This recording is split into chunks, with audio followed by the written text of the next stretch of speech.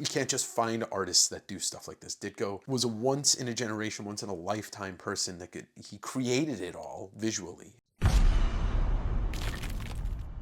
So why don't we take a look at The Amazing Spider-Man by Steve Ditko, the brand new artist edition from Act 4 Publishing and Marvel Comics. It just got released this week in comic stores from Scott Dunbier's Act 4 and Marvel Comics. This gorgeous collection of original art from Amazing Spider-Man by the great Steve Ditko.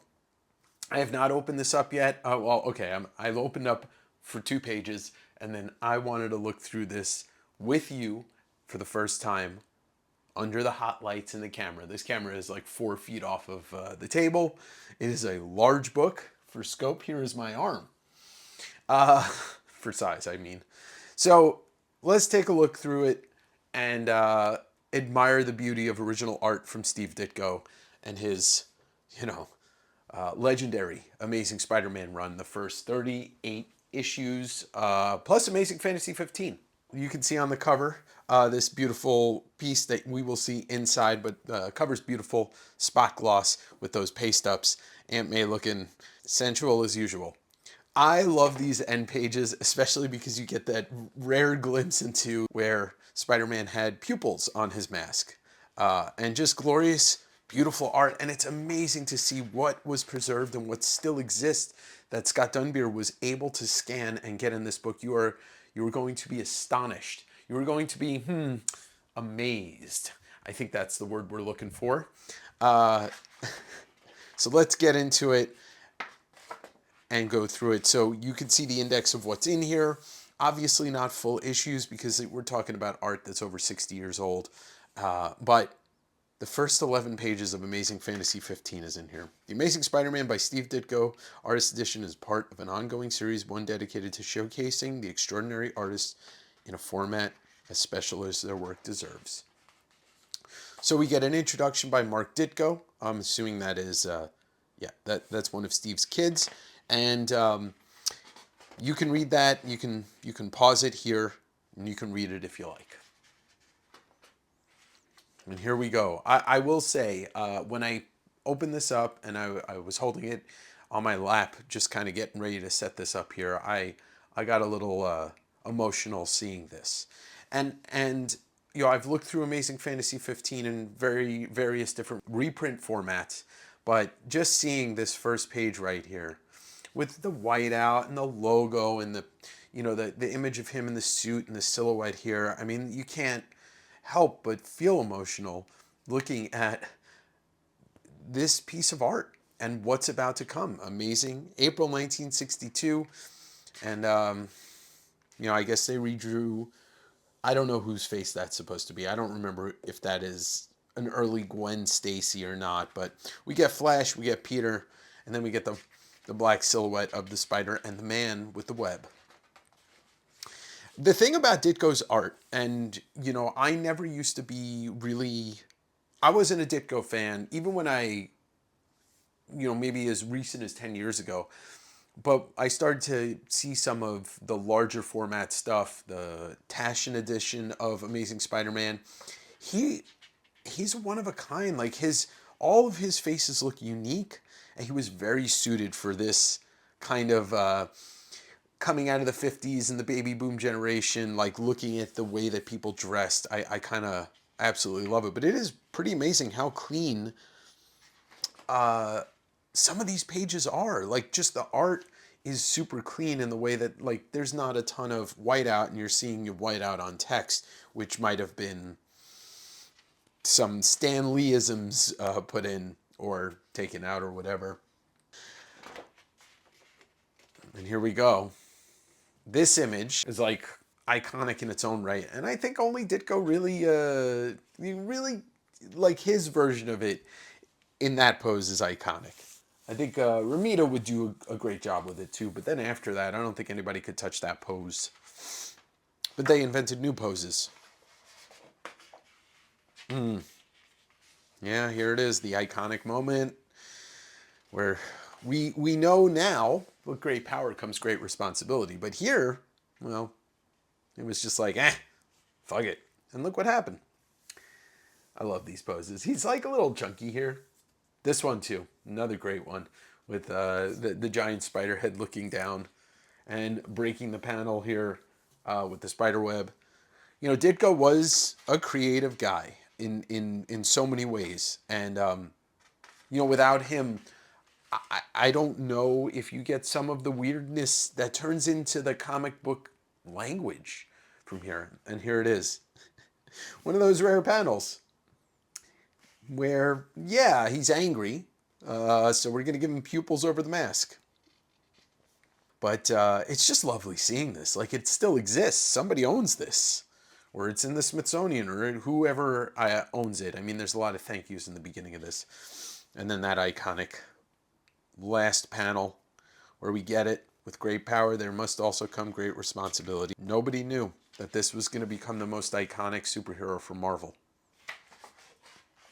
And here we go. So we get a pinup from Spider-Man 3. And I love this part of it. But it is very astonishing how clean this artwork is. You don't see any pencil marks. You see some, maybe a coffee stain here. But his inks were so clean. And the feathering here. So here we go. We get the first appearance of the lizard. I think the most unique thing about Ditko's art is the way that he drew the Rogues Gallery. He was the creator, the visualizing creator of the Rogues Gallery, and how they've changed over the years. But the lizard looks, I think the lizard's the best of them in the way that they used to be versus what they are now. Is like, he looks like an old man. He's got no teeth. But this opening title page is it's just a masterpiece. And the lizard's hanging out with an alligator. Alligators and lizards aren't the same thing, but hey, it's a comic book. So you get to see some whiteout marks here and some tape marks, and then you're getting to see the grease pencil with that, but that's traditional for this era of comics. There's some notes cut off here, some pinholes, but once again, the artwork is super clean. And here's another thing that I don't know I've heard anybody talk about. You know, Spider-Man's head in the mask is rounded, but then you look at Peter and he's a rectangle with a flat top. Oh, man. Love the negative space here and the blacks in his costume. I think what it was, they were originally making his costume was black and red. I forget what the story goes. There's a lot of history behind the way that Spider-Man exists and the colors and all that stuff. I'm just not super up on that knowledge. Love this pose here, which, you know, like I said, he invented a lot of the poses that would morph over the years and become something else with the different artists. You know, Todd really taking the figure and making it a spider. Love this here. It's just, yeah, don't have time to draw the lines. It's unimportant. He's getting thrown around. Suffering. Spider webs. Oh, Stan. Lichtenstein would probably rip that one off.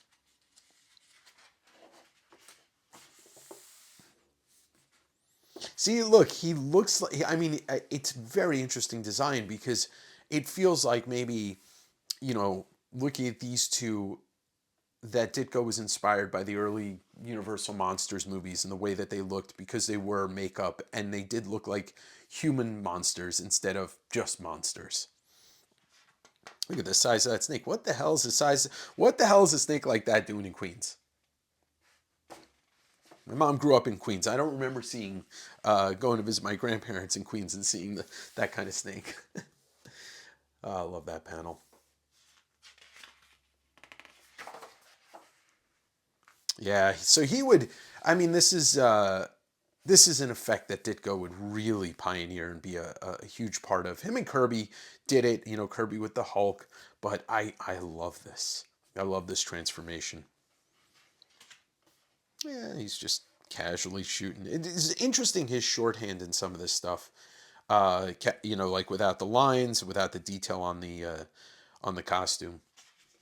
You can see some staining here. Looks like water stains, but didn't affect the artwork. And I don't know the history of this artwork, if this was stained, if it was cleaned up by him or by somebody else. But we're not getting full issues here, but we are getting some great pages. It's the 9-panel page, so it's not the most dynamic, and obviously Stan had to get his words in, but that's where this stuff comes from, that time period. Now we get into issue 7, which is the second appearance of Vulture. Vulture's first appearance, I guess, is issue 2 or 4. I can't remember. No, 2 is the Sandman. Anyway, doesn't matter. The lines. I mean, his brush, his ink line is beautiful. It's absolutely beautiful. Yeah, another great design. He's got no chin really, and he does look like an old man, and he is an old man, and he was an old man for the entirety of the publication of the character. And Ditko's a New Yorker, so Ditko drew in New York. It wasn't hyper detailed, but these kind of um, buildings, the awnings, and the I forget the word, but the design of the buildings, like, he knew what he was doing. I think that's a very special thing about the Marvel artists that lived in New York, whether it was for their life or whether it was for a couple years. You could tell a New Yorker drawing New York. Oh, it's great physicality there. Early master of, like, the figure and dynamic, and also in these fight scenes. Except Peter's got no neck there. Still rocking the flat top. Still looking like a 35-year-old teenager. He was always angry. I did a look at Amazing Fantasy 15 and talked about how, like, Peter with Ditko was a angry young man. And I don't know Ditko if he was an angry young man or an angry old man. I know he is. There's a lot of mythology around him, but his family were the only people that really knew him well enough. Love that pose.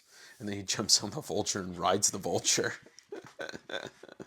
Another one, like, we've seen this so many times in movies and in TV and in comics, and, like, is Ditko the one to kind of pioneer the whole, like, going through that building staircase up, straight up like a zip line?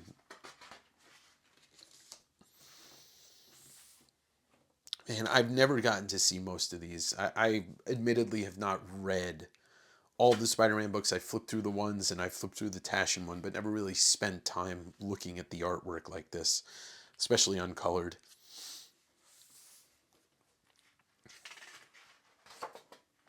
Yeah, these poses though, upside down, the lines, the speed lines, kicking off the wall and jumping, like, just great poses and dynamic action.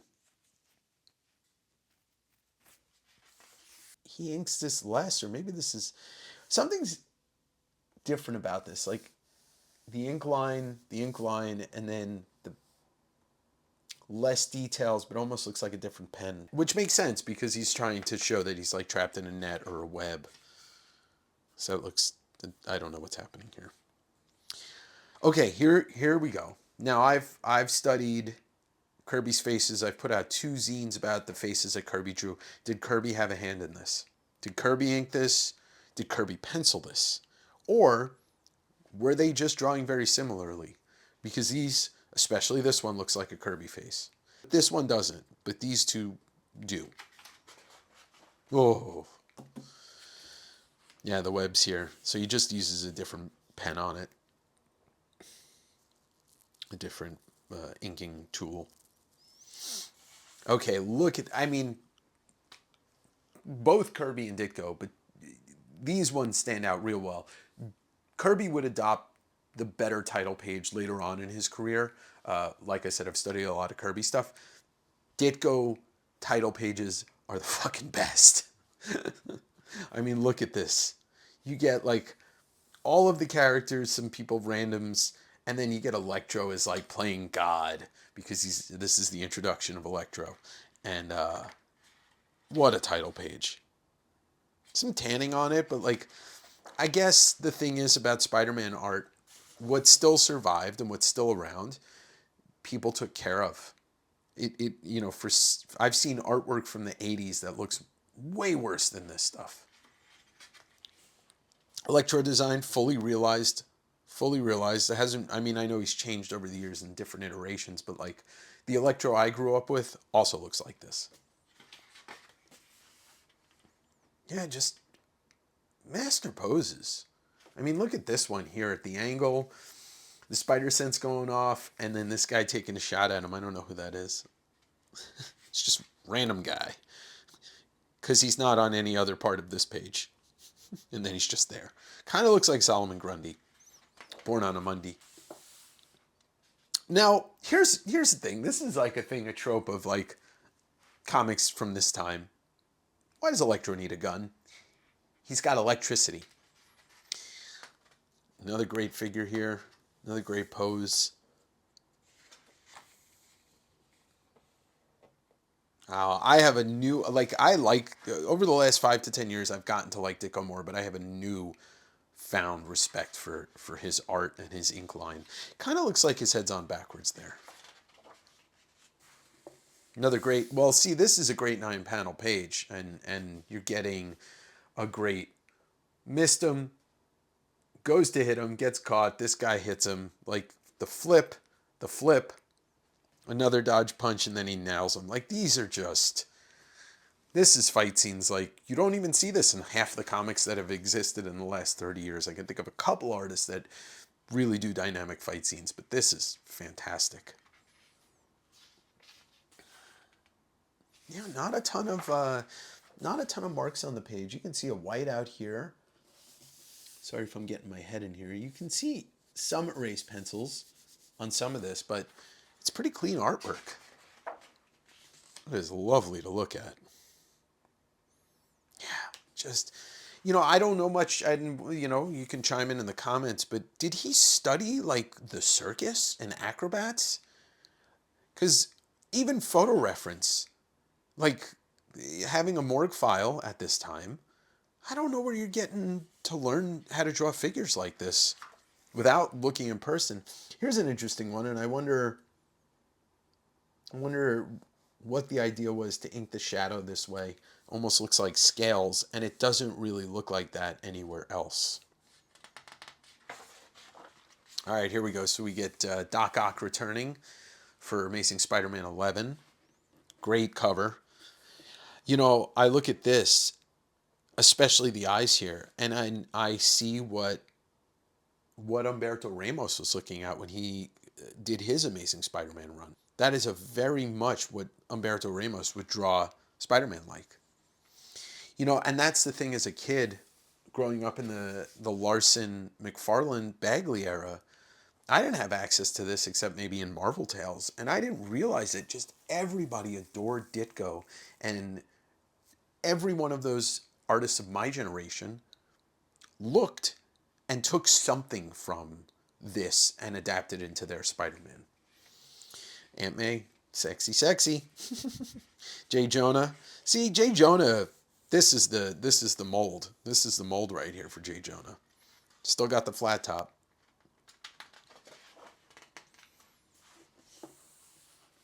This is interesting. This has got to be on. I've never seen a page go pinkish, but yeah. See, this is Humberto Ramos drawing from this. It's interesting because Doc Ock's design is good, but I feel like the future artists would do better with Doc Ock. But that's the thing. Ditko was better with monsters, and he comes from a lot of the monster books. Him and Kirby were doing all of that pre-hero Marvel, which, you know, was Atlas into Marvel. They were doing all the monster stuff. And so I think Ditko's monsters are probably the best. Him and Kirby are they're on the same playing field with that. Oh, this is a great page. A great panel, I should say. A quarter splash. Dynamic, you know, with the arms holding him up, but also pushing, you know, trying to get at Spidey. Another dynamic pose of Spidey and a lot of weird artifacts in there. All right, so we go from we go from Spider-Man 12 seamlessly into 13, and unfortunately they don't have the cover or the opening title splash. But Mysterio, that's my favorite issue of the run. Another one with this great lighting effect that almost looks like scales, but it's fire, so it's casting a different shadow. But yeah, it's so funny. It's like the dome simplistic design with a thumbprint of ink lines, but the costume looks more of a pain in the ass to ink. And look at, you can just see how delicate that line is, and it's wavy. That must have been a pain in the ass to draw. And then the smoke. So talking about each of the My Generation Spider-Man artists taking something from Ditko. McFarlane's smoke comes from Ditko, and it's just more lines. There's more detail on McFarlane's smoke than there is on Ditko, but you can clearly tell when you look at the Mysterio issue that Todd did, and you look at this and you're like, oh, of course he was doing Ditko just in his style. Love this. He looks so weird. He looks so weird. He looks like Namor. But we don't. We get a little bit of the Mysterio in here, Leonard Nimoy, and but yeah, I just love seeing all of the design. The design, Ditko's design was brilliant. Oh, look at this. So what does he draw? Does he draw the figure and then? I wish this page had a little more clarity to it. Like, how do you do that? How do you draw this figure, and then what do? You white it out, or you put no, because there's nothing taped on it. Some tanning and stuff on this page. It goes pink and white and tan. Oh, look at that. The smoke curl and the figure. Man, seeing this is incredible. I don't care what anybody says. Like, anybody wants to delegitimize comic book art, you show them this and be like, find me an artist that can do this, because you cannot. You can't just find artists that do stuff like this. Ditko was a once in a generation, once in a lifetime person he created it all visually and then was able to do all of this. I'm glad there's so much of this page in here. There's so much of this issue in here. He loved distorting the figure. He really did love just messing around with it, tumbling it. What's this guy wearing? Is that Wolverine? And then yeah, and pain in the ass probably to draw that Spider-Man costume over and over with the lines, but I'm sure after a while he figured out how to do it very quickly. Like, his pencils must have been so rough on this, and he was doing more of the work in the inking stage. And I could be wrong about this. I don't have a very extensive knowledge of Steve Ditko's artistic history. We all know who he was designed after, obviously, but it's just weird seeing it over and over. So this is Spider-Man 18. So we don't get any of the first appearance of the Green Goblin, which is 14. But we get him right here.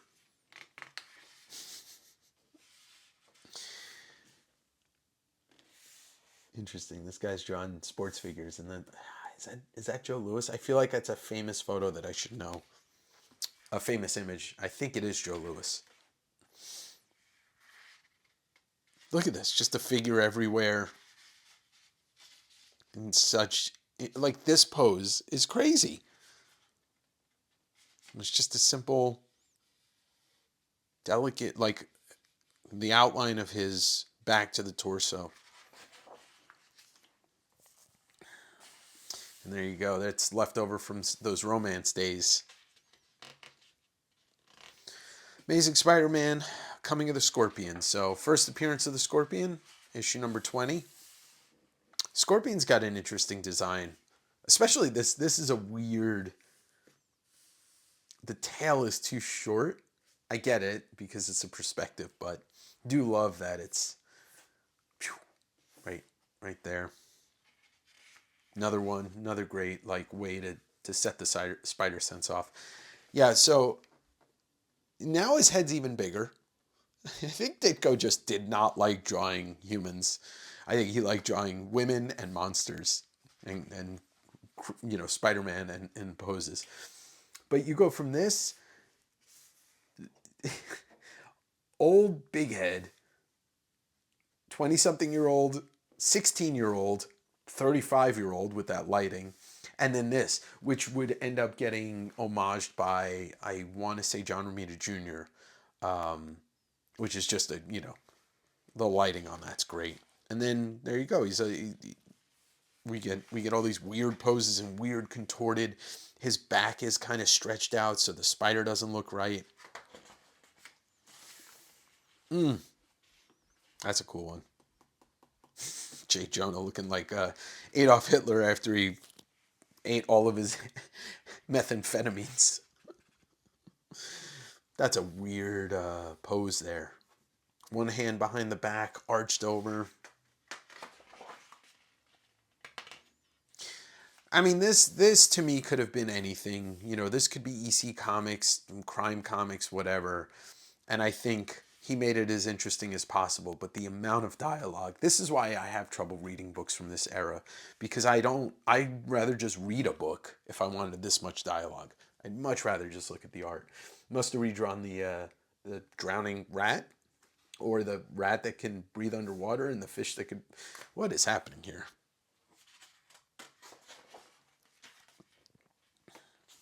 Yeah, I think the Scorpion did better over time.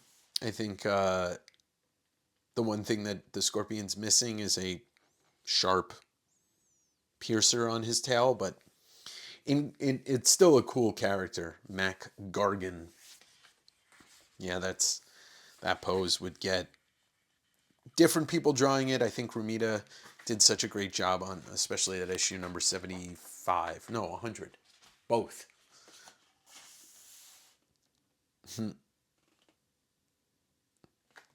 That's cool. This, I love this. Once again, he's just using like the webbing. It's not like super dense, and the way that he draws the figure, you know, the Scorpion trying to break out of it. He does really great facial expressions, I'll say that. See, once again, the Scorpion looks like an old man.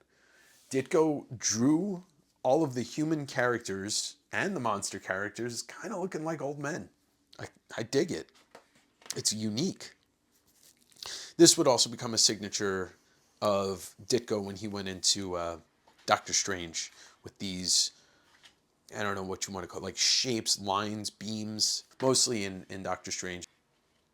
Amazing how well these are kept. The pages. Scott Dunbier, you've done an amazing job putting this together. Old Man Scorpion. Yeah, that's great with the kind of what we would call these days maybe battle damage costume of Spidey.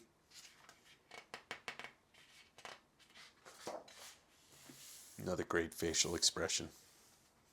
Maybe I should do a mini faces of Ditko, because there's a lot of great ones. Clop. Another dynamic fight with a 9-panel grid. Fantastic. I don't know what that says. All right, so we're starting to get a normal shaped head from oh no, we aren't. Look at the suit. He just would, yeah, that's all done by hand. There's no zipatone for that. Scorpion cut. I wonder what it originally said. All right, so what do we got? Of course, you can subscribe. Oh, this is the paste up for the subscription notes. All right, so we're on Spider-Man 21. Oh, this is the Beetle and Human Torch. Right. Huh. Interesting. The Beetle. See? Look at this. 3 dynamic figures in 3 different dynamic poses. The Beetle and Human Torch are similar, and they're drawing your attention here, which is great. Yeah, his design sense was, once again, another thing that I don't think people talk about as much as they should.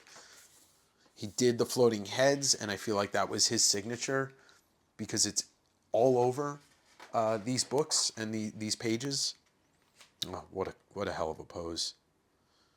And the perspective of him running up towards you. See, this looks a little different. Something here looks different, and it's not the quality of the page. I would almost say maybe somebody else had a hand in inking this, because something just seems a little different on some of these figures. What is, yeah, I don't know. Why do the women in my life always cause nothing but trouble?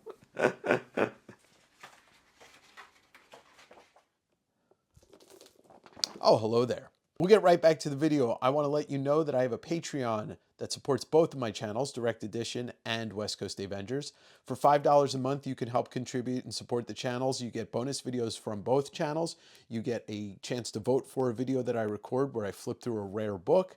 And every 2 months, you can take part in a private sale of stuff from my personal collection, my inventory, and my travels, stuff that is not available anywhere else, but it goes to you first, my friends. The link is in the description below. Direct Davengerinos, that's my Patreon, $5 a month.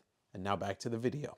He did draw really like romantic poses and sultry faces and scenes really well. And now here we go. We got giant snake that, how do you even attempt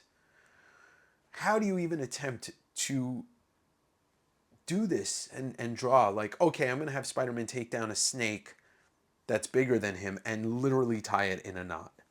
I'm not sure how you draw that. That seems like a nightmare. And it's done so well.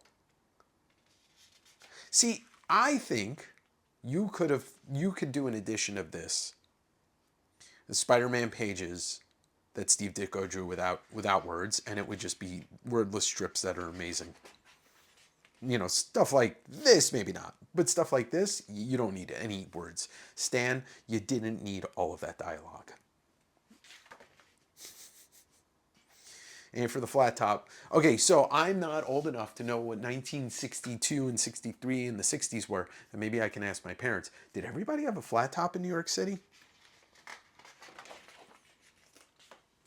Another great one. Just acrobatic. Look at this. 1, 2, 3, boom.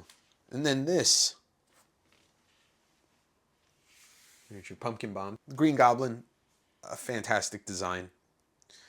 That would be obviously changed a bit and usually, changed sometimes for the better. I think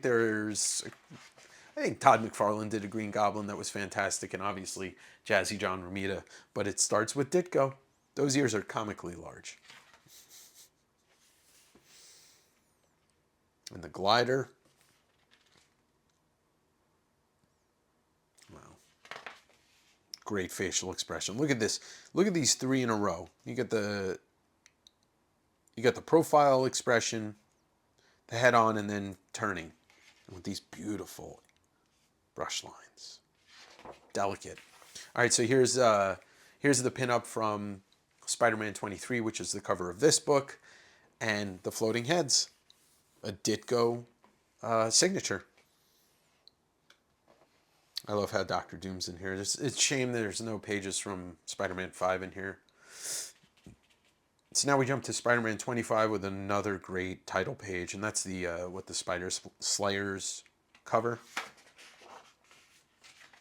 Yeah. See, I like these tentacles better than the Doc Ock tentacles, the shorter ones. Ah, look at this. 12-panel page.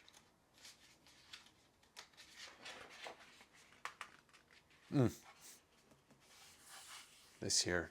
Yeah, so this would be a kind of like what the cover looks like, that image, but just a different perspective on it. Menacing.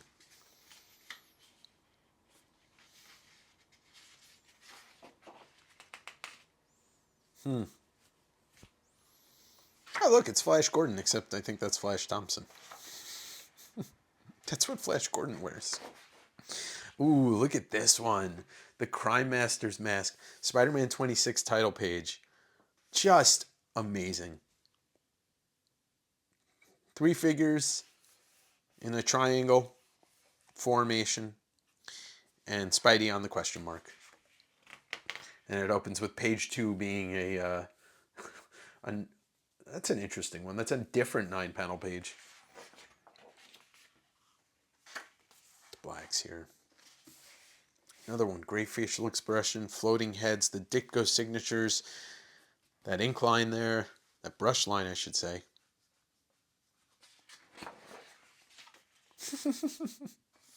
That's got to be a tough one to do. Drawing somebody with food in their mouth. Still kind of got the flat top.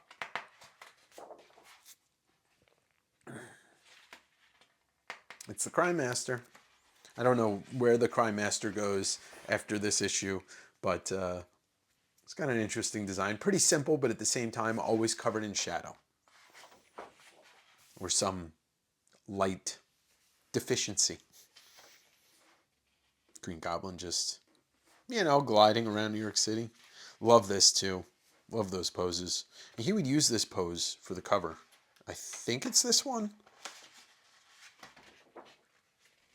Look at that. You're drawing him falling and his entire body's off the ground.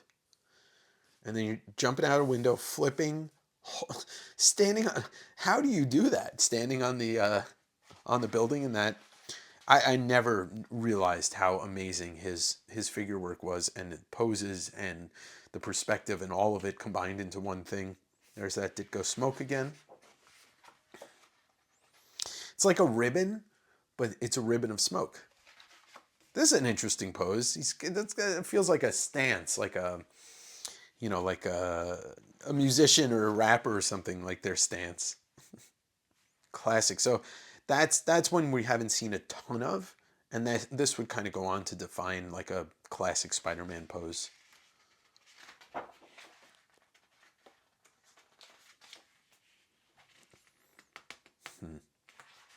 I wonder why this issue, we're getting not the whole issue, but a lot of it in, somebody must have owned the whole issue or close to it.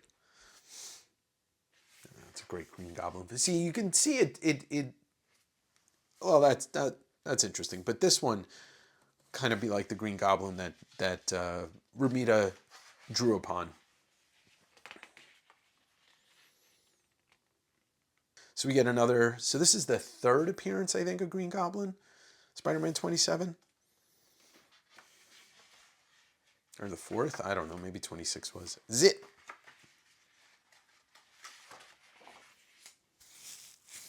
Wow. Love those opposing Spidey faces. Still rocking the flat top. Oh. I think this is a cover that doesn't get the love it deserves with the negative space and just using the white media to create Spider-Man and nothing else. Love that this cover is still intact. The Molten Man, issue number 28, then it jumps to 29 where we get the Scorpion back. And this would also become a very big signature of Ditko, the molecule-looking shapes. And he would bring into his own creator-owned stuff, but obviously is clearly in Spidey. And this is like what the cover image is. This page definitely did not get the care that it needed. It is completely tan, but still a cool-looking page. But this page is great. Six panel grid, all underwater for the most part. And drawing a figure underwater or half in the water, a lot harder, I got to imagine. See, he deals with the weight and the way that we move underwater. And this is great because this is a pose that you would see somebody underwater. Look at this. Spider-Man 30, title page, Claws of the Cat. More floating heads. Minimal use of this, negative space. I love this. The claws with the claws and the cat with the fur. What a design. Yeah, there's Flash again. Interesting, because like Ditko face, Ditko face, Ditko face, Ditko face?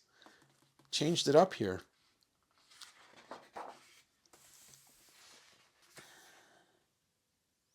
He loves that. He loves that pose. Did Steve Ditko hang out on rooftops just to see what it would be like perspective-wise? I love it. This one's great too. Invisible Spidey kind of like putting space in between the two of them. So we get to this and we get pencils and finished inks. But here's the thing, like, yeah, these are Ditko's pencils. So they're rough in places, but then they're kind of detailed in the faces, or at least some of them. Oh, this is really cool to see. I wonder if the index says what this is exactly. All right, so we get a rare glimpse into seeing his pencils. Amazing. Spider-Man.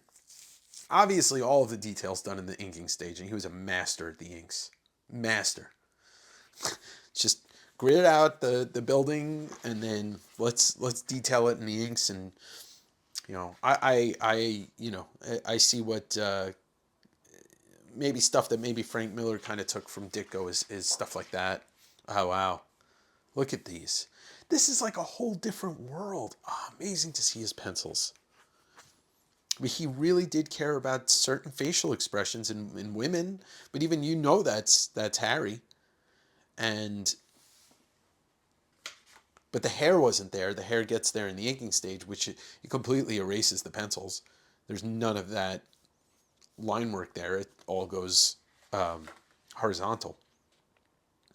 But yeah, women's faces. You can see this is really, really what he was trying to nail when. Oh, that's a bad choice of words. But in the pencil stage. But the poses too. Simple too. Very simple in the poses. He knew his anatomy. Man, fascinating to see this after being a comics fan for whatever 40 years. And I'm sure some of you who are looking at this have been, comics fans since this came out. So, yeah, that's pretty cool.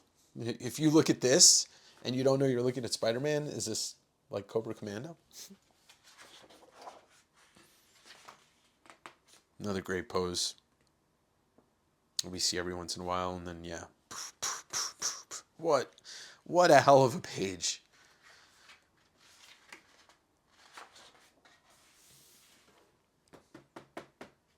We get to that issue. See, and so we get to we're on issue 32. Doc Ock is back, and the tentacles are the evolution of Doc Ock just in these first, 3 or 4 appearances.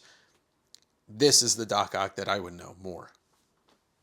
All right, here we go. Issue 33, where Spidey discovers his strength, considered the best story and the favorite of the Ditko era, story-wise, and obviously Stan Lee, but plot and illustration, plot by Steve Ditko. So, Ditko knew what he was doing with this character, obviously.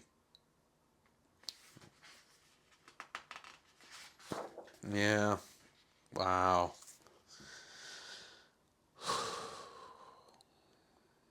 I don't know. I don't have many words to say about this. Just looking at it is incredible.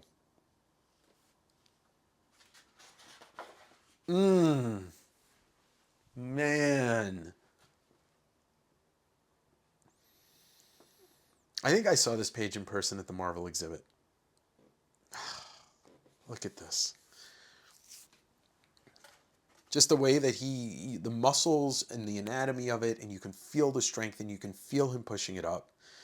And it's just the figure, really in the water. The shape is just a shape. It's just a shape. Oh, it's a great onomatopoeia. His ink line on the water. Man, Ditko did it better than everybody, didn't he? Another underwater page where he's just getting the feeling right of the weight of the water and the way you would move your body underwater. Except maybe that one. Oh, and here we go. We're just getting 6-panel fight scene. Perfect dynamic pages. He's always thinking of his Aunt May. What a fox. He won't. He's still fighting, but there's nobody there. You can feel it, the weight on the figure.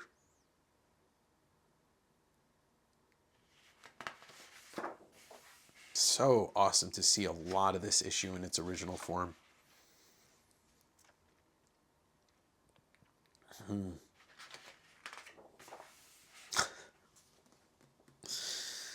Oh, Happy Hitler. Weird.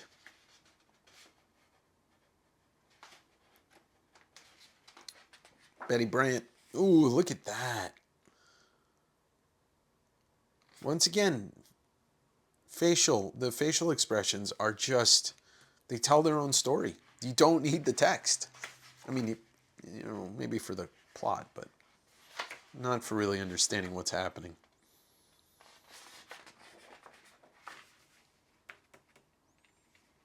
Aunt May in bed, sunken in. Probably could have used another bit of ink there, but whatever. And then Craven. That's cool. Yeah, that's maybe the only image of Craven we're going to get in this. We'll see if we get some Craven pages on 34.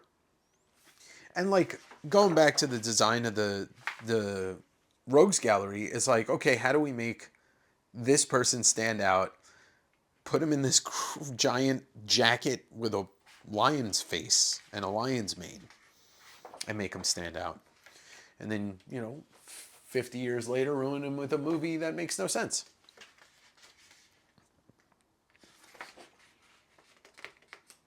Here he is. He definitely, put shadows on his face and inked him a little bit differently to make him a little more menacing on those close-ups. But that leopard print, he was very early for the 1980s. Craven disguising himself as Spider-Man. It's a weird thing.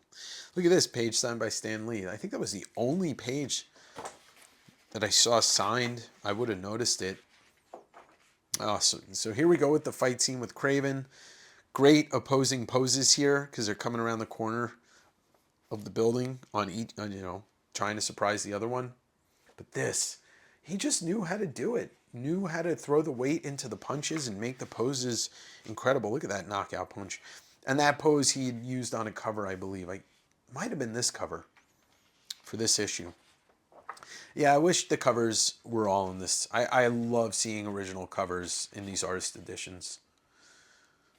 So that was issue number 34. Yeah, and we skip 35 and we go to 36. Is that Molecule Man? The Brawler. No, I don't know. I don't remember who this is. Let's see.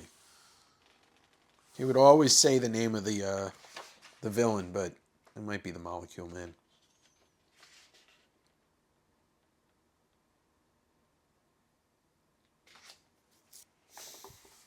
Weird alien looking thing. Another one. Love drawing the women's faces.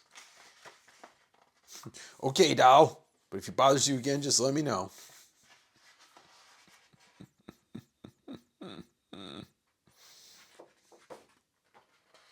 Gwen. That was Gwen. See? Umberto Ramos would adapt his have his Spider-Man have those thicker eye, black eyes. I love that paste up. Spider-Man.